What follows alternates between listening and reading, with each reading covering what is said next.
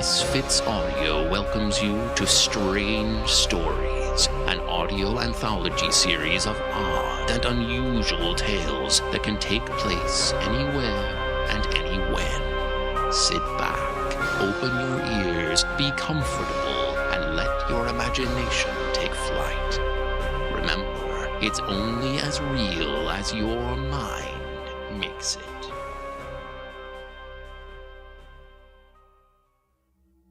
In this episode of Strange Stories, Quintet, we present 5 short tales. Our first story takes us to a very unusual awards ceremony on a distant planet. What would an alien race give out statues for? Listen and learn in And the Winner Is...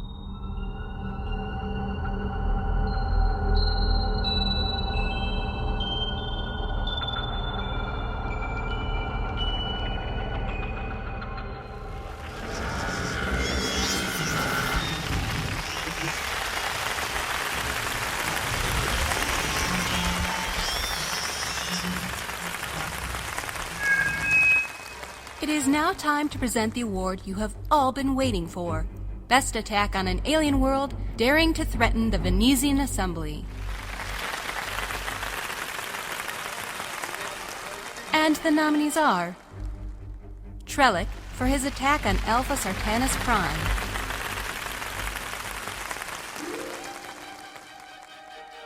Paulith for his attack on Charbrel,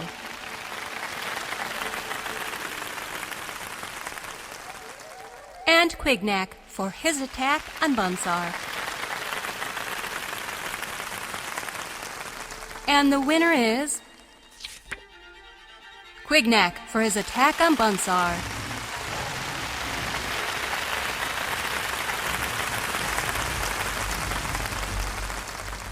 I am so happy to inform you all that Quignak has returned from his latest expedition and is able to be with us tonight to accept this award.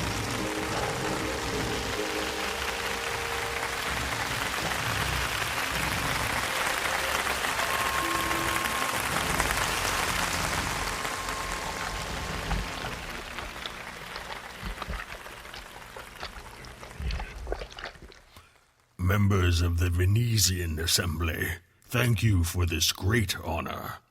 If I may say so, the work is its own reward.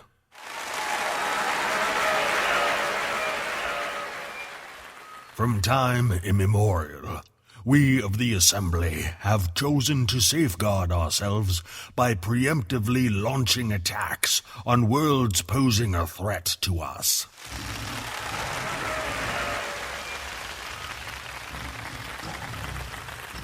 Long ago, the Governing Council decided to preserve these attacks on video as a record of our glorious military history and as a warning to others who may foolishly contemplate threatening us.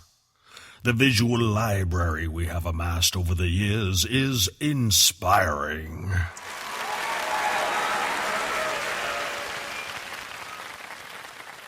My attack on Bunsar was glorious.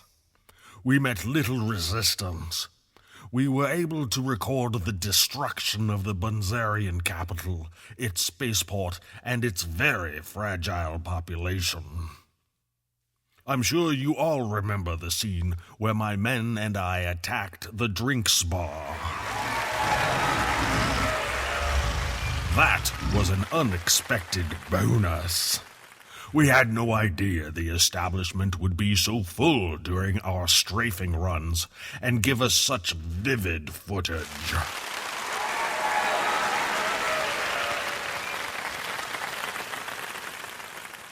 In closing, I bring you news of my next adventure. Tomorrow, my men and I head out for a world that is daring to threaten us with long-range probes, presumably of hostile intent. Yeltip, would you bring up the sensor image, please? Notice the lovely colors of this world. Most of the planets we must destroy are bland in appearance, grays and browns, like Bunsar. This world should present my men and me with an excellent opportunity to record a magnificent attack in vivid color, heretofore unseen.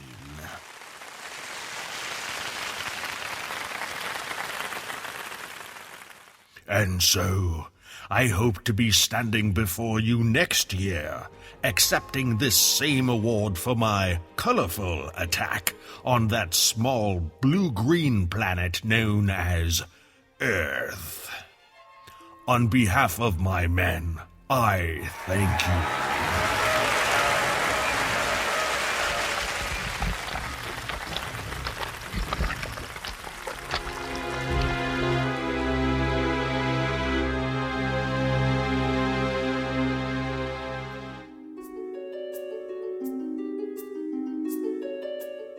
In today's fast-paced world, people often put off doctor's appointments until they become absolutely necessary. Mr. Lange did just that. Luckily for him, Dr. Holland happened to be available. Our story is entitled For an Eye. Nearly done, Mr. Lange. What were those eye drops for again? To dilate your pupils. That way I can get a good look inside your eyes to make sure everything is all right. Oh, yes. Dr. O'Rourke used them last time I was here. We want to be as thorough as possible. After all, you only have 2 eyes. They work fast. Everything is getting brighter. That will pass. Have you worked with Doug O'Rourke long, Dr. Holland? A few months, though I usually can't do these late appointments. I have 2 kids at home and my husband works very odd hours. I'm glad you could stay late for me. Thank you. These headaches I've been getting are very painful. You probably need a new prescription. With today's computer-filled world, the eyes are subject to a lot of strain. Ugh. Is something wrong? My arms have gone numb. Both of them. That's weird. You mean they've fallen asleep? Oh, I felt that before. This is different. It must be the way you're sitting. Poor blood flow. Sit up straight. But my legs, they feel the same way. Perfect. What? Those eye drops were made to do more than simply dilate your pupils. When mixed with the proper combination of rare herbs, they paralyze the limbs. They work their way into your bloodstream through your tear ducts. What's going on? Does the name Millicent Barker ring a bell? Millicent? She was my little sister. Very impressive. I didn't realize you had that much strength left. But you won't be getting away. We can talk with you on the floor. You should be at my feet, like the animal you are. What are you doing? When I heard you wanted an eye exam, I suggested Doug take some time off so I could be here for you. The good doctor and his family are vacationing at a lovely resort in Maine. What about Millie? Millie, is it? That's awfully familiar for someone you got in the family way and then deserted. I offered to pay to take care of things. Knowing full well that Millie would refuse such a procedure. Your leaving tore her apart. We found her hanging from the ceiling fan one morning. How did you learn about us? Millie wrote down everything in her diary, including about your poor eyesight. With a little research on the internet, it was easy to locate you. All I had to do was get a job here and wait. I can't move at all. Help! Somebody! You're wasting your voice. The windows are shut and locked, and no one will be here until Monday morning, which gives me plenty of time. For what? Revenge. First, we need to finish the exam. Can you see the eye chart from the floor? What? Read the first 3 lines for me. You must be kidding. Do it! YOUREARGED.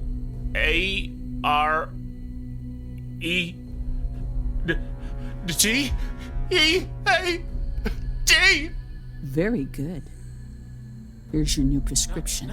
No! An eye for an eye.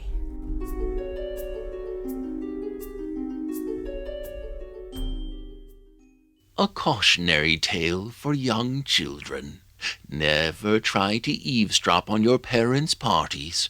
And more importantly, never ever try to learn what lies under the coats.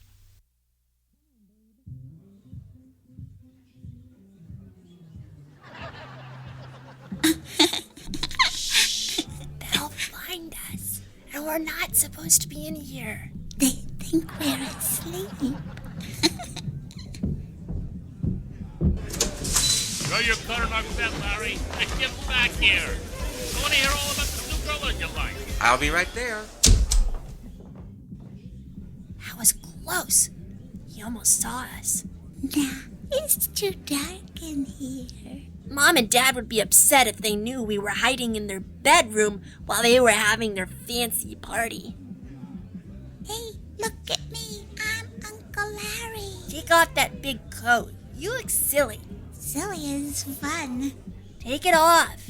Why should I listen to you? Because I'm your older brother, that's why. I'm 6. You're only 4. I'll be right back, dear. I found the most charming wine the other day. You simply must have a glass. This is fun. I feel like a spy. Look at all these goats. How many grown-ups are coming to this silly party? I don't know. Lots. Did you see all the food in the refrigerator? Yeah, smelly fish. Yuck. Adults like that kind of stuff. I wonder if anybody left money in their coats. Maybe. You wouldn't take it. Why not? They'd never miss it. That's not honest. Think of what we could do with some money. Like what? We could buy stuff. Fun stuff. Like toys and games. You can do that with money? Sure you can. How do you think we get those presents on our birthdays and Christmas? Santa. Besides him. Money? Uh-huh. Mom and Dad usually spend it on silly stuff like fish. We could buy cheeseburgers and ice cream. And chicken nuggets? Sure, lots of them. I guess it wouldn't hurt to look. Start feeling in the pockets. I'm in here. Who is that? Don't worry. It's not a grown-up. It's me. Money. I'm waiting for you. It sounded like it came from under the coats. That's right. Money can talk? Of course I can. How? You're made out of paper. Yeah! What does money look like? It's green, with little pictures of people on it. And the people in the pictures have mouths, right? Sure. So money can talk. It makes sense. I guess so. I would love to be spent on fun things like toys and chicken nuggets instead of stinky fish. Can you help me? What do we need to do? I'm way in here, under all these coats. The grown-ups hid me so you kids wouldn't find me and have fun. I knew it! How do we get to you? Climb up on the bed, quick, before anyone else comes in. Okay. Come on, sis.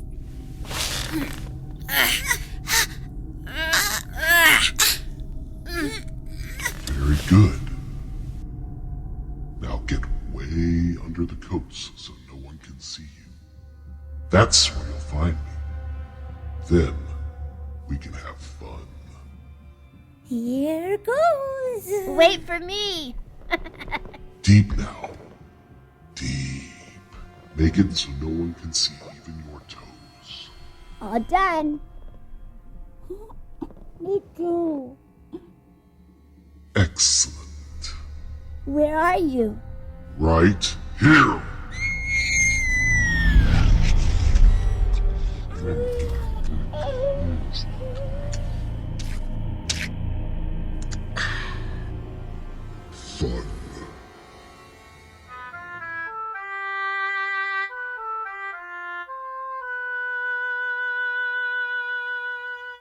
Here's your coat, Larry. Thanks. You'd better bundle up. It looks like rain. Wow, that's weird. What is?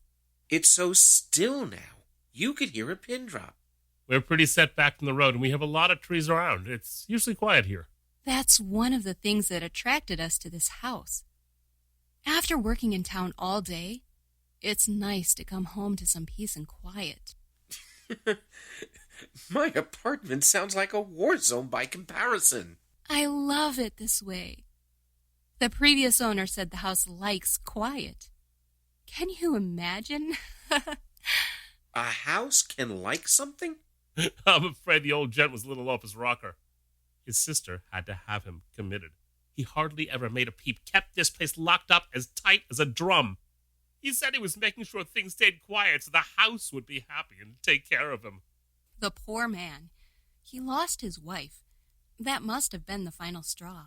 Too bad for the old timer, but you really got a sweet deal. The house and all the furnishings.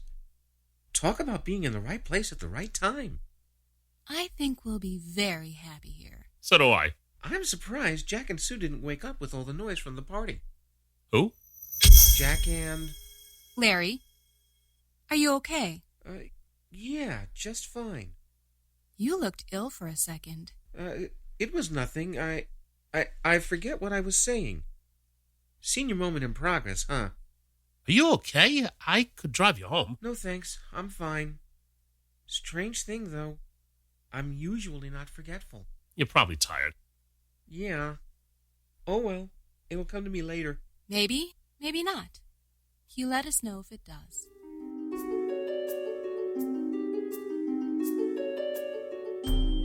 Edna Washburn was happily surprised to see Mr. O'Brien show up at her door with just the solution to her troubles. She should have considered the odds. This story is called Pest Control.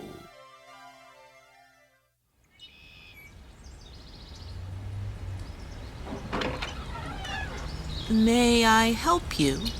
Good morning, ma'am. I hope I didn't disturb you. You're from O'Brien's Pest Control? Yes, like it says on the truck. We're new to the area. I've been putting promotional flyers in people's mailboxes. We don't have a lot of money to spend on advertising just yet. I'm very glad you're here. You are? Just this morning, I noticed some ants in my kitchen, and I keep a clean house. I'm sure you do. Ants don't necessarily mean your house is dirty, Mrs. Washburn. It just means that the ants have found their way inside. Can you get rid of them? I sure can. I have some stuff in the truck that'll do the job, and quickly. Give me a few minutes to get my things, and then show me where those pests are.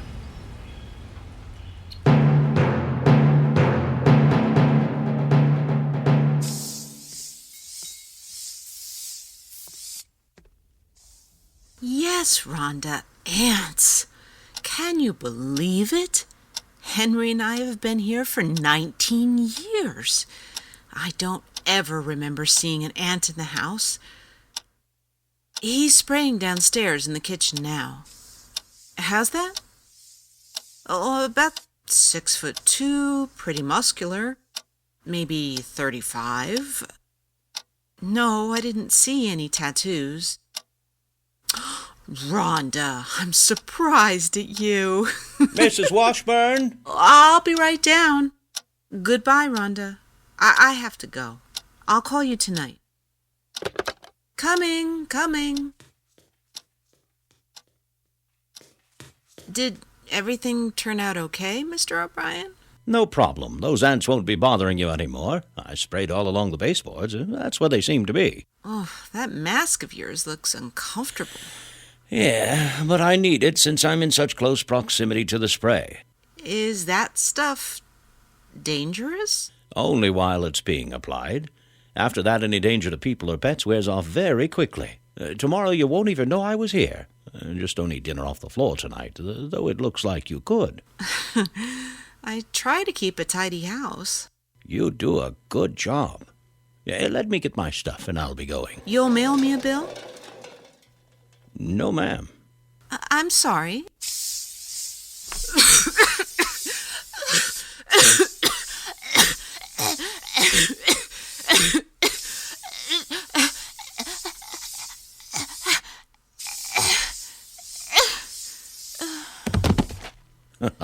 sorry, but I only have one mask.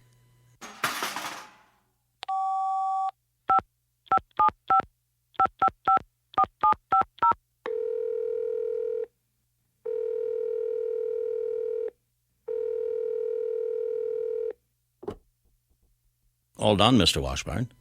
The time lock I gave you worked perfectly. Yes, I'm sure she's dead. The stuff has never failed me. On the kitchen floor. A little coughing, that's all. It was as painless as I could make it, just like you asked. It will look like a heart attack, and there will be no evidence of the spray by the time you come home tonight. Don't you worry about me. I have all kinds of ways to change up that truck. Today it's O'Brien's Pest Control. After that it'll be Thompson's, and then Marino's, and then Ballard's. No one will be able to get a line on me. 10% of the insurance money, like we agreed. It was a pleasure doing business with you. How's that? A co-worker of yours has the same problem. Sure. Give him my number. Oh, it's a her. No, makes no difference to me. A pest is a pest.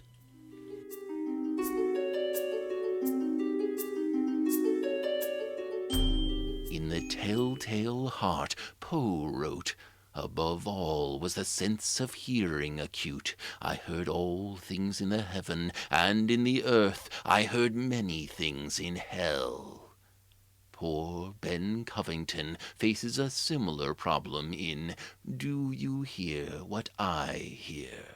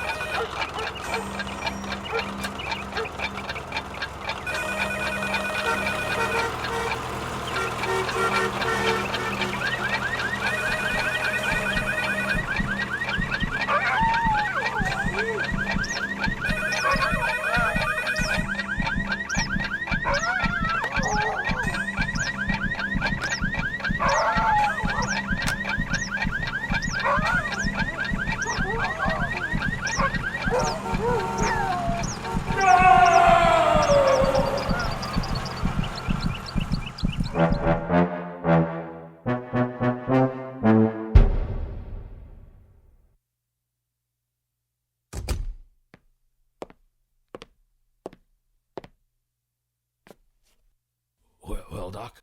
Your hearing's fine, Ben. Everything checks out. I know it's fine.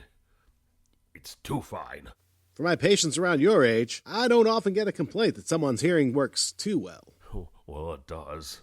By now, we're usually looking into hearing aids. I'm telling you, Sam, I don't know how much longer I can take this. It can't be that bad. No, I hear everything like I'm sitting on top of a big speaker. Oh, no one's hearing's that sensitive. Surely you're exaggerating. I'm not exaggerating. I had to put my cell phone on vibrate because any ring, even the softest one, went right through me. The volume of my TV is on 1 and it's still too loud. Sam, I had to stop using my electric razor because the buzz was deafening. I've gone back to a blade, but the razor slicing the whiskers off my face sounds like a lumberjack cutting down trees. There's no indication from the tests that anything is wrong with your hearing. Have you tried earplugs? They work a little. Things get muted, but when they're in, I can sometimes hear my own heart beating like a drum. The blood rushing through my veins. I don't know what's worse, listening to the outside world or the inside world. How are your other senses? I know what you're getting at. The answer is no. My other senses are A-okay. My eyesight's still 20/20. My hearing hasn't become acute because my other senses are failing. Is this a constant thing? No, it starts and stops whenever it feels like it. Thank God for that. When did you first notice it? About 2 weeks ago. After I treated your wrist for that fall you took in the tub. Yeah, right around then. Hey, you think there's a connection? Maybe something got jostled around in your ear canal when you slipped. Though I've never heard of anything like this in all my years of practice. What's to do? An old friend of mine, Mark Thatcher, is the top ear, nose, and throat man over at Mercy Hospital. I'll ask him to see you. His auditory equipment is much better than mine. I'm just a general practitioner. If anyone can find out what's wrong, Mark can. When can I see him? Easy, big fella. I haven't even called him yet. He's usually pretty busy. It could be a couple of weeks, even with professional courtesy. Weeks? What am I supposed to do until then? How are you sleeping? Not well. Every tick of the clock sounds like a bass drum. I can barely even eat. Anytime I bite into something, it sounds like a family of beavers has moved into my kitchen. Well, you still try, I hope. Oh, yeah. Sometimes I fall asleep from exhaustion. But then the slightest squeak of a bed spring wakes me like a gunshot. Sam, am I going nuts? You're not going nuts, but you do need some rest. I'm writing you a prescription. I want you to have it filled right away and start taking it tonight, just before bed. You know I don't like taking pills. It's only some stuff to help you sleep. You need it. I'll call Mark later on today. Maybe he can get you in early. So it might not take a couple of weeks to see him? Well, we can only hope. What do I do until then? Do whatever you can to relax. The pills will help. Also, try to go to some quiet places. Like where? Oh, the park, the library. There'd be less noise there. It'll be easier on you. I guess so. I'll get you in to see Mark as soon as possible. He'll fix you up.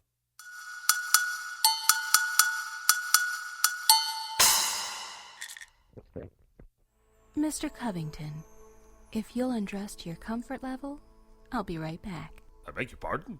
I said I'll be right back. Why do I need to undress? The massage will be more effective without your clothes on. How much do you want me to remove? Whatever you feel comfortable with.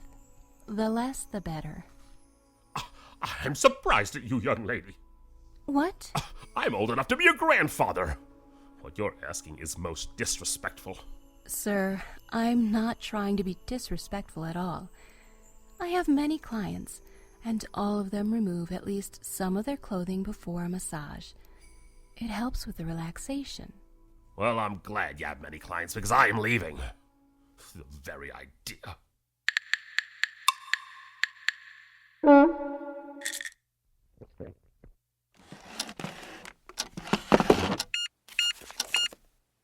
These books are due back on the 27th, Mrs. Wallace.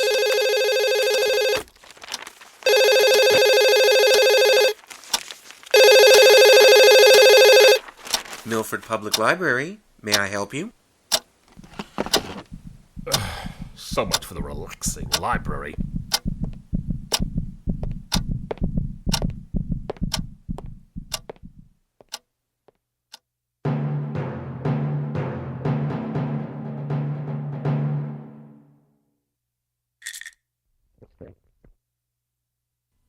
You want to stick these needles in me?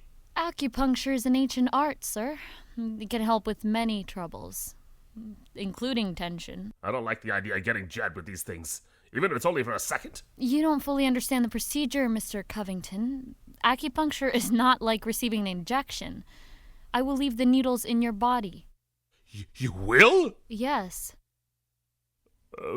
For how long? About 20 minutes should suffice. 20? You want to stick me with a needle for 20 minutes? Not a needle. The procedure you are requesting will require a dozen or so needles. A dozen? Sorry, but this isn't for me.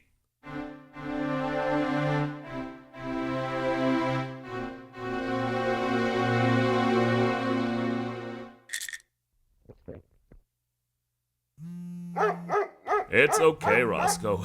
It's only myself. Hello?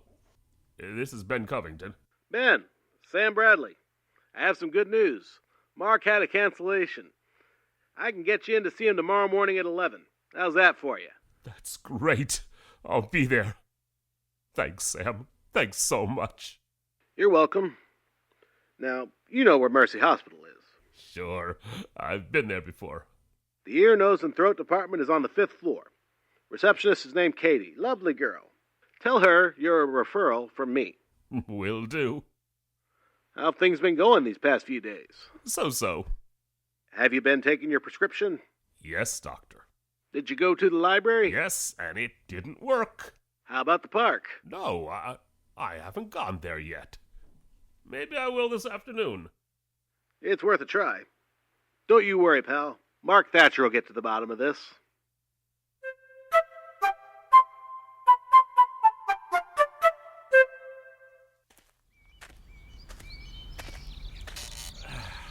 Well, Mrs. Denton, I haven't seen you in some time. Yes, it has been a while, hasn't it? And how has old Spike been? There's a good boy. Oh, he's fine. He has to go to the vet in a couple of days, so he's not going to be happy about that. I would think not. I had a beagle growing up. Butch's name was. God, I love that dog. You have a cat now, too? What? Oh, no. That's a stray. She hangs around the park. I call her Minerva. Well, hello, Minerva. Her coat is pretty white for being a stray. You'd think... How's the plan coming along, Spike? Very well. It shouldn't be more than a couple of days before we're ready to put it into action. The humans... did you say something, Mrs. Denton? No, nothing at all. What did you hear? Something about a plan? Not me. The human. He can hear us. How's that possible?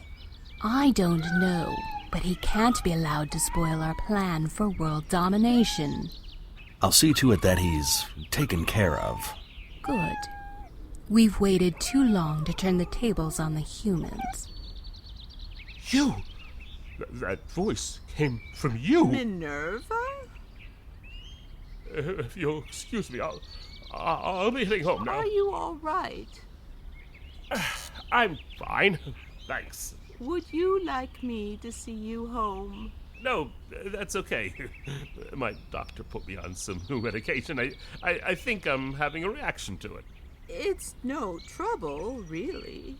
Thanks, but I'm only a couple of blocks away. I think I'll just go home and take a rest. Good day, Mrs. Denton.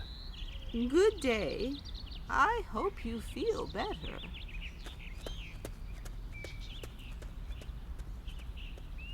It won't be long now.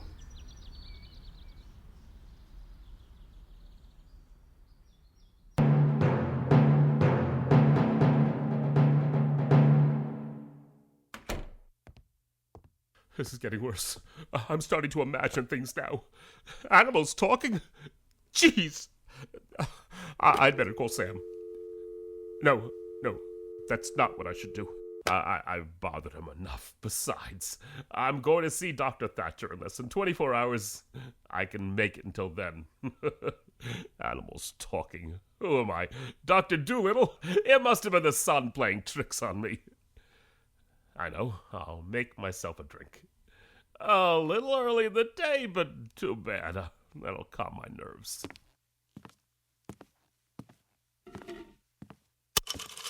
Roscoe, how are you? Come here, boy. Come here. Roscoe? What's wrong? Roscoe, what? What is it? No, boy, no. No, no!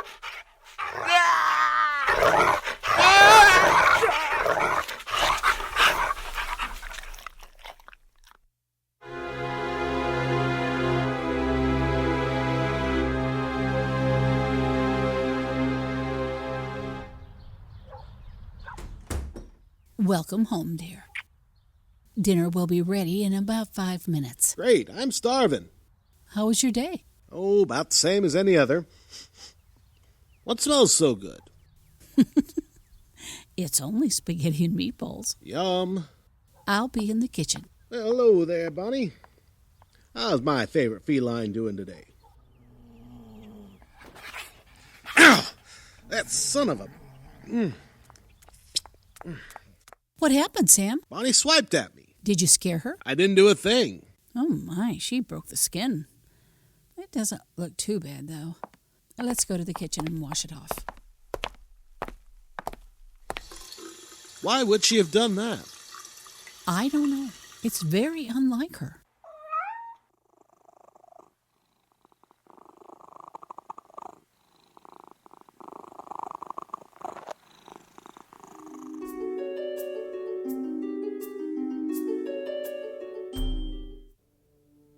Strange Stories has presented Quintet, a collection of 5 short tales.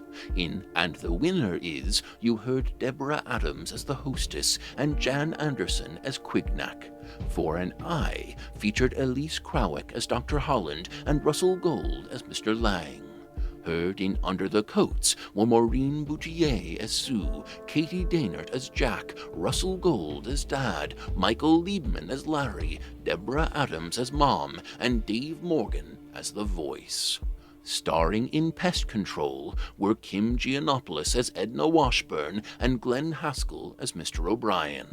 And featured in Do You Hear What I Hear were Russell Gold as Ben Covington, Dave Morgan as Dr. Sam Bradley, Deborah Adams as the masseuse, Michael LIEBMANN as the librarian, Tanya Milevich as the acupuncturist, Kim Gianopoulos as Mrs. Denton, Deborah Adams as Minerva, Jan Anderson as Spike, and ELEICE KRAWIEC as Michelle Bradley. The stories in Quintet were written and produced by Mike Murphy. Assistant producer, Captain John Tatterzak. Your mixer was Daniel Krempa. Music for the series was composed and performed by William Krupczynski. Please visit his website at pureshift.com. Script editor Arlene Osborne. Webmaster April Sadowski. Art director Alexa Chipman. Visit us on the web at misfitsaudio.com and on Facebook. Thanks to Captain John Tatterzak for airing this show. Mike Murphy gratefully acknowledges the continued help of Arlene Osborne. This production is for enjoyment purposes only. All the characters portrayed herein are fictitious. Any resemblance to actual persons, living or dead, is purely coincidental. I'm your narrator, Steve Anderson. This is an original production by Misfits Audio, copyright 2013. All rights reserved.